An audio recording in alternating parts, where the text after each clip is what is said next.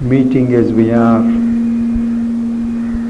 on the eve of Mother's birthday tomorrow, it is natural that we should be full of thoughts and feelings about her who has given meaning to our lives and a direction to the world.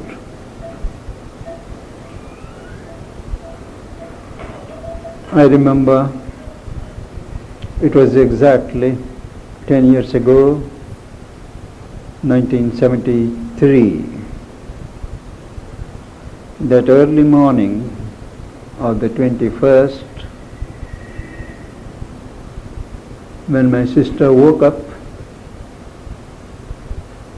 she was hearing from all sides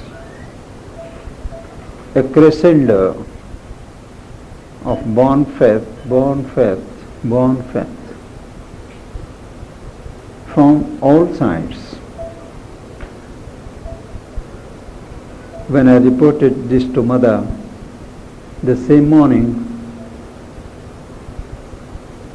she had such a sweet smile, affirmative, that it is still very fresh in my mind.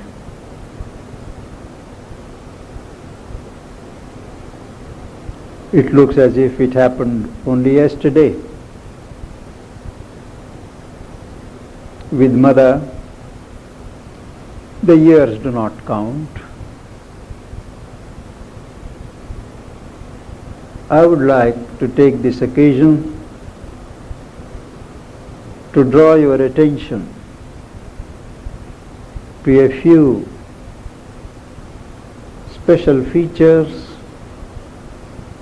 of a life. She once observed that it took the Supreme Creatrix. Would you kindly close the door?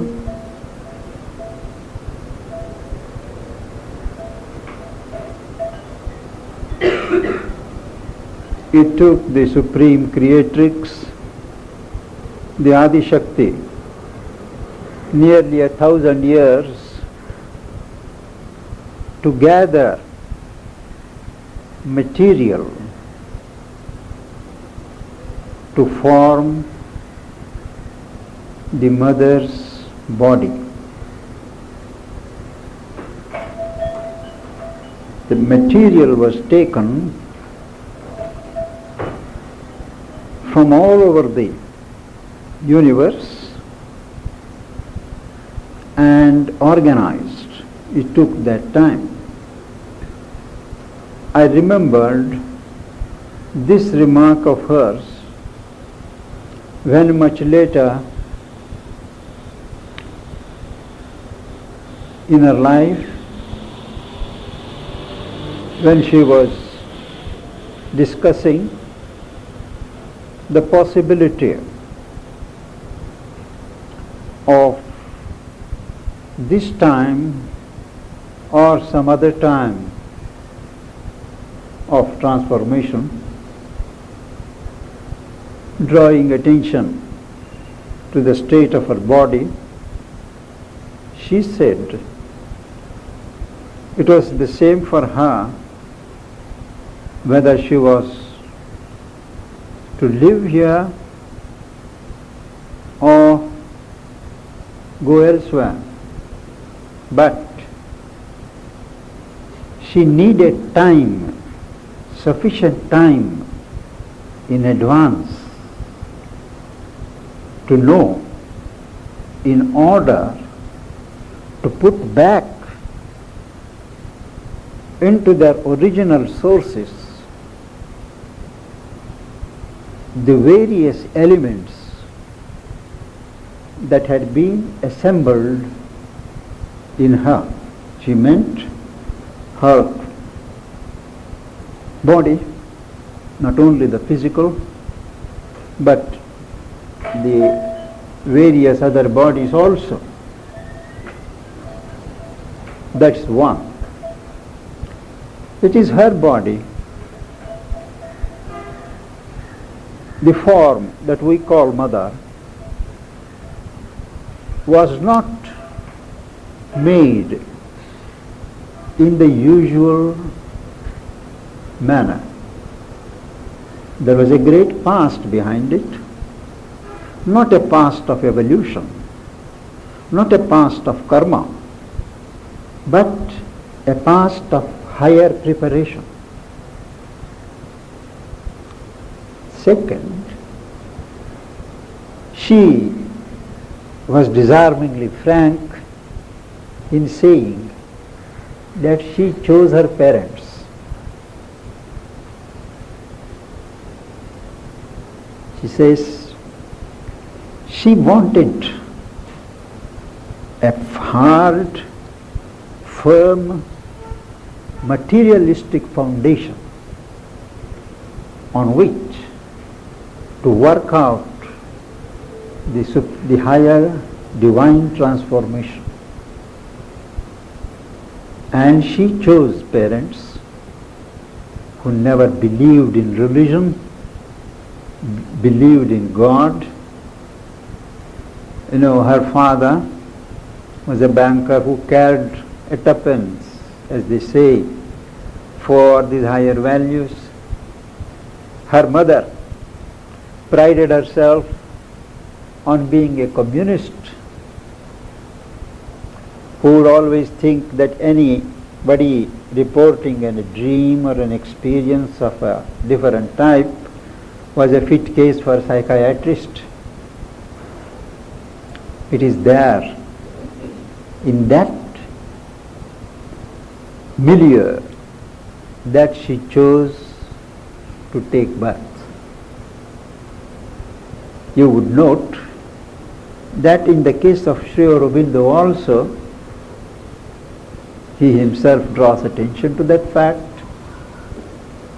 that his background, family background, was not a religious background. There was no spiritual backdrop in his family. He himself notes how he was an agnostic, though not an atheist, when he was in England. But mother says she was an agnostic, she was an atheist, she was a rebel against God. God, familiarized by the religions with which she was familiar, the Christian, the Semitic, the Jewish, the Muslim, the God that they have pictured, they have established in human mind, the God who punishes, the God who doles out justice and so on. She rebelled against such a God who could have created this universe of this type and delighted in inflicting punishment on people who are not responsible for this mess. And so she grew up without wanting to believe in God. But she says, it was when she met Theo, her occult teacher, somewhere around about 1904 or 5, that he pointed out to her that God He is within you. You know, this is totally foreign conception from the Christian or the Jewish or the Islamic. Then God is there. And that she didn't believe. But when he said that God is here, it carried conviction to her. And everything changed, she says. Everything changed to such an extent that even before she came and met Sri Aurobindo, 3/4 of the work had been done. Of course, though she did not believe in God as such, she was aware of a consciousness. And she has noted that by the age of 18 or so, she had established a constant communion with the consciousness within. Still, she felt there was a lot to be done, and it was when she was between 18 and 20, I think about 20, that Swami Vivekananda's lectures on Raja Yoga in their French translation came into her hands. And she was amazed to find that there could be somebody who could give such detailed directions. And she achieved in a few months what would normally have taken a few years. Very soon, when she was 21, Jnana Chakravarti, he was the husband of Yashoda Ma, the Vaishnava Guru of Sri Krishna Prem. He was a professor of English in Lucknow University. He was passing through Paris and he gave to her a copy of the Gita and told her that regard Lord Krishna as the immanent divine and surrender to him. And she said, within a month, the whole thing was done. These are certain landmarks in her development. And it was a little later that she came to contact with Theon's wife, and systematized the knowledge that she already had. It is not that she learned ABC of occultism from Theon, but she was on her own. She used to have out-of-body experiences of telekinesis, telepathy and so on. But to learn it as an art and a science, she went to Algiers, stayed with them for a few months and learnt. She learnt also from Madame Theon the technique of denuding oneself of sheets after sheets, the physical body, the subtle physical body, the vital body and so on, as many as 12 times, at the end of which she would be on the border between the realm of form and formlessness. And it is there, on that border of the formless, she records, that she saw an outline which resembled the human form, which gave her a perception that this form with whatever modifications, is a protoform. It is going to stay. Not only this form is going to stay in broad outline, but she was told by Theo, and it was later confirmed by Sri Aurobindo, that each cycle of creation has a beginning and an end. There have been so far 6 such cycles which have come and gone. But the present one, the 7th cycle, has no end. He says it will be an endless progression, because the transformation by the supramental consciousness of power is an integral part of the program of this cycle. It may not be achieved today, but certainly it will be done another day. That is why Sri Aurobindo accepted. He said, yes, it is so. And the rest of her coming here, meeting Sri Aurobindo and all that, these are facts of common history, common knowledge. But later in her life, she also exploded a few myths that had grown up regarding her.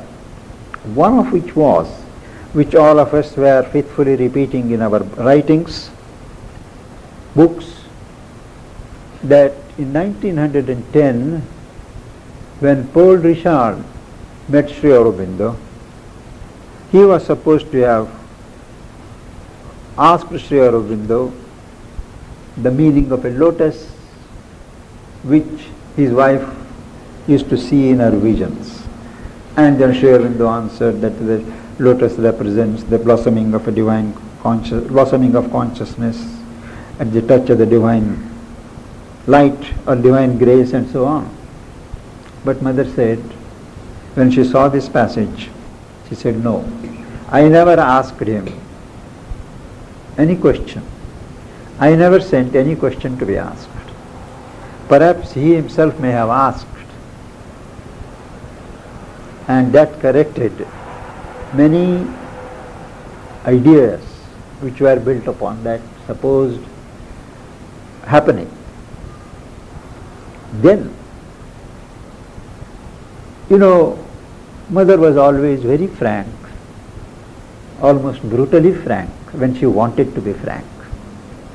Otherwise, she wouldn't say anything. There would only be an enigmatic smile. Now, on February 29, 1956, we all know there was a dissent. We all know how mother was terribly disappointed that nobody else there knew of the great event except herself.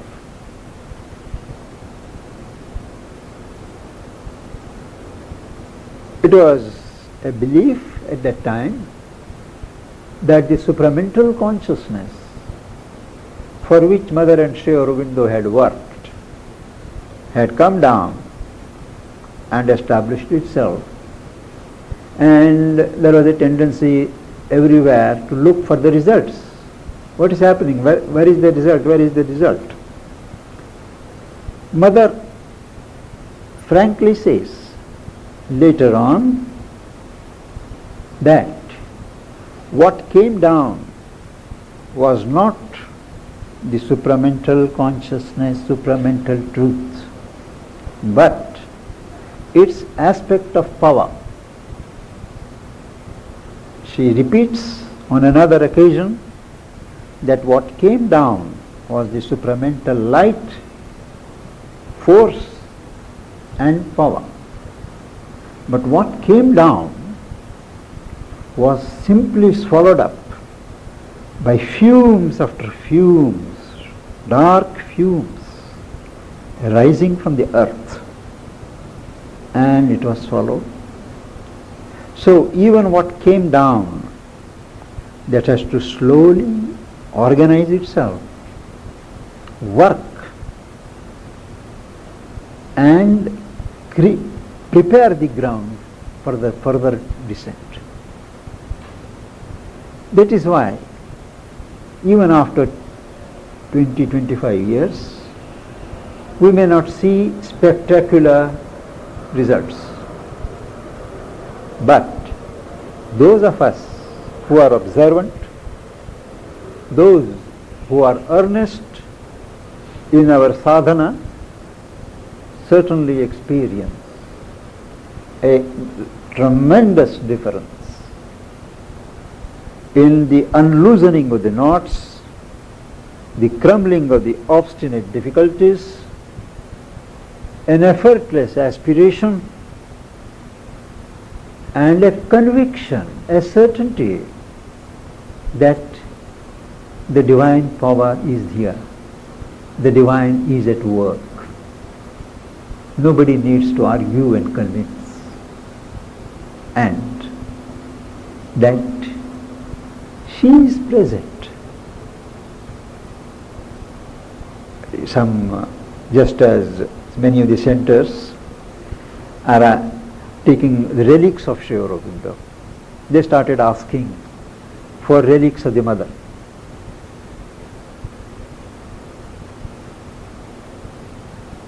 It was difficult to refuse, because having given Sri Aurobindo's, the people said, Sri Aurobindo's relics are with us, we expect to have mothers. Nulinida at that time wrote a brief statement which appealed to me very much, as indeed it did to others, that relics are of those who have gone. But for us, Mother is here. How can you talk of relics? The inevitable question comes, and what about Sri Aurobindo?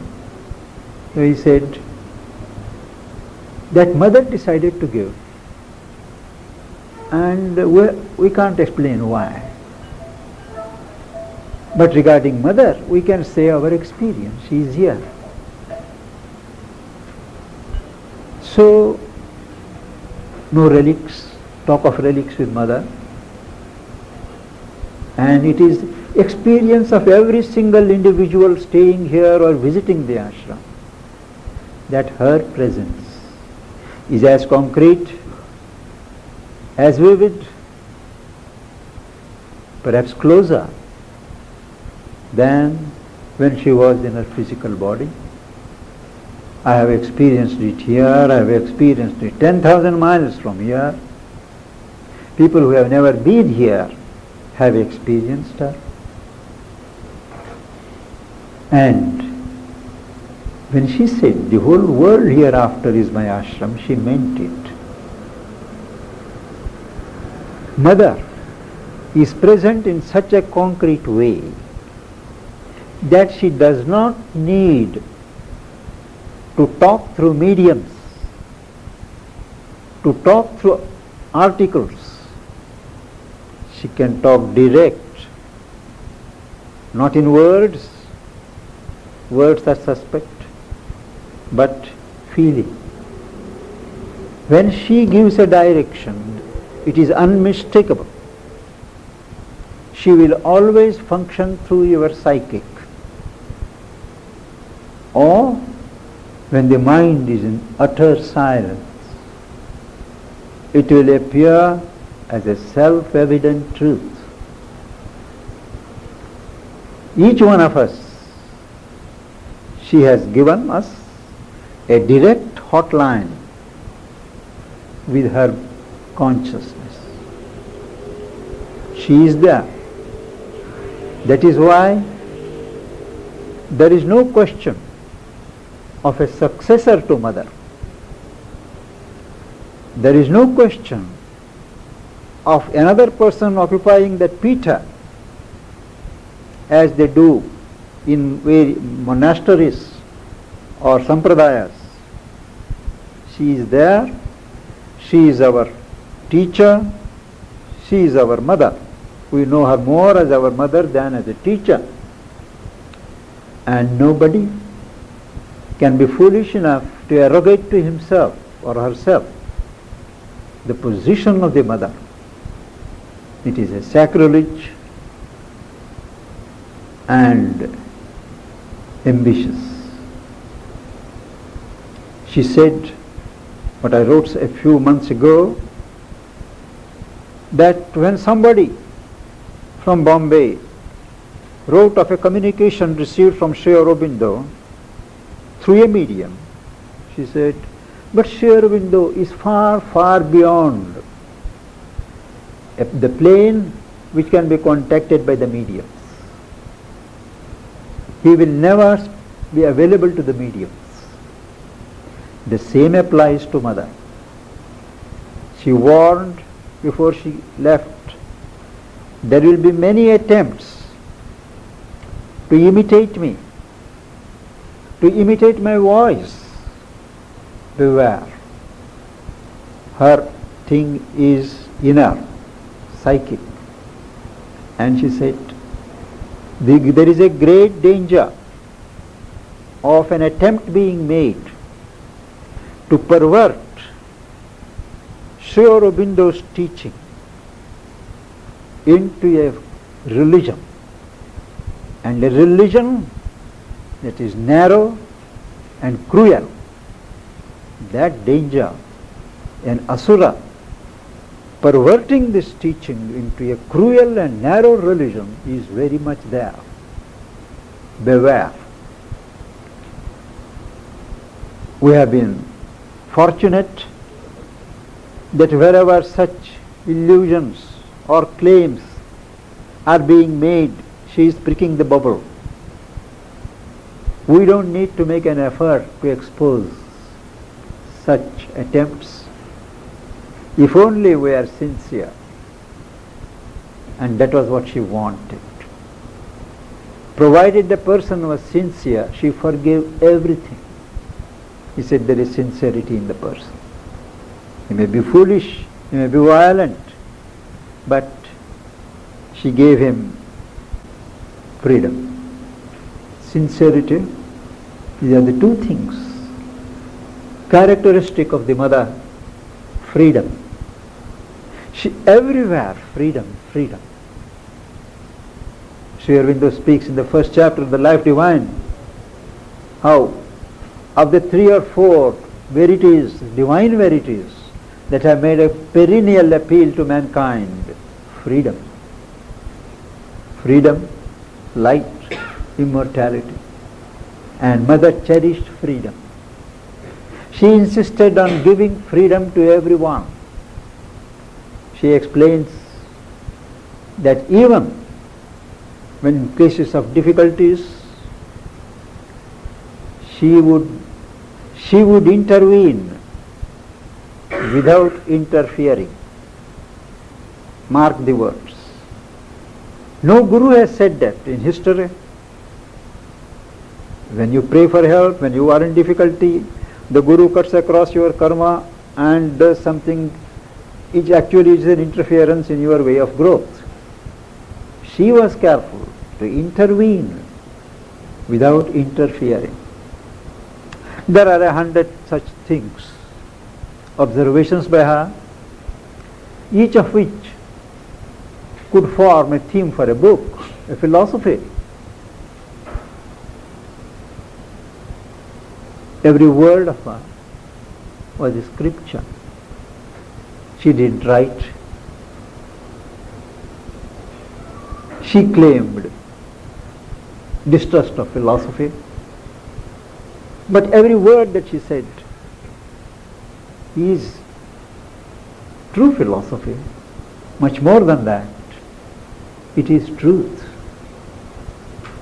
Put in terms that a child can understand. If anyone after Buddha can claim credit for bringing the highest truth to the common man, it is she. When Sri Aurobindo said all life is yoga, it was she who demonstrated that all life can indeed become yoga if only you have the will for it.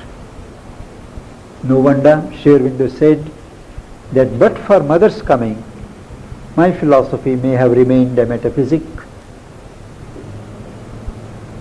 These are some thoughts about mother which should help us to always keep a proper perspective in our grateful adherence to the truths for which he stood and worked, and for which he is working still, though behind the veil. The veil is very transparent, very thin, and it breaks. Not all people write books of their experiences. Not all people communicate. They are too intimate. But every day, somewhere or other, there are miracles. Miracles of guidance, miracles of salvation, miracles of light breaking into dark horizons.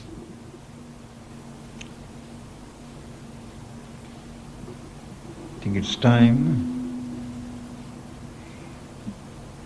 that we take her as our theme, and with devotion, with the purest love that we can summon, in a spirit of humble adoration, we can meditate on her in preparation for the great day tomorrow.